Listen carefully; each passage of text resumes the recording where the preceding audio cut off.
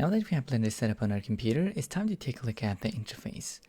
Now, when you first open Blender, it might seem a bit overwhelming because we have tons of buttons and menus, but don't worry, because you'll never be using all of this functionality at the same time.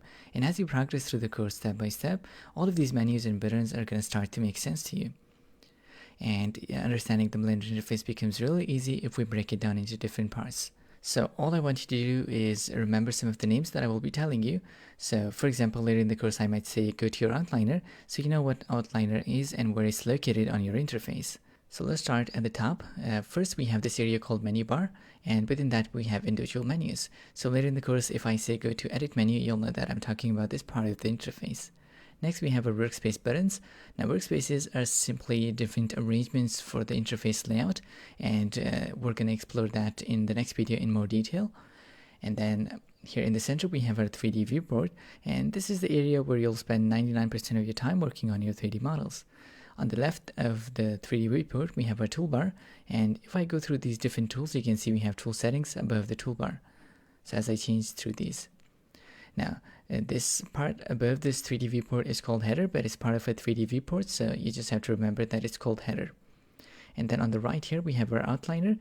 Now, outliner basically outlines everything that you have in your 3D world. Right now, it shows us we have a camera, a cube, and a light, and all three objects are visible here in a 3D world.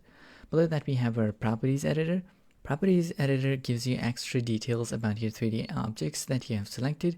For example, if I select this cube, you can see we have several tabs here on the left side. For now, all you have to remember is that it gives you a bit extra details about your selected asset.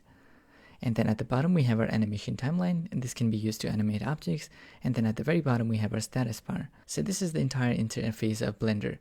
And just to quickly recap, at the very top we have our menu bar, next we have our workspace buttons, below that we have our header, and then in the center we have our 3D viewport. On the left we have our toolbar, and then on the right we have our outliner and properties editors. So this is the default interface.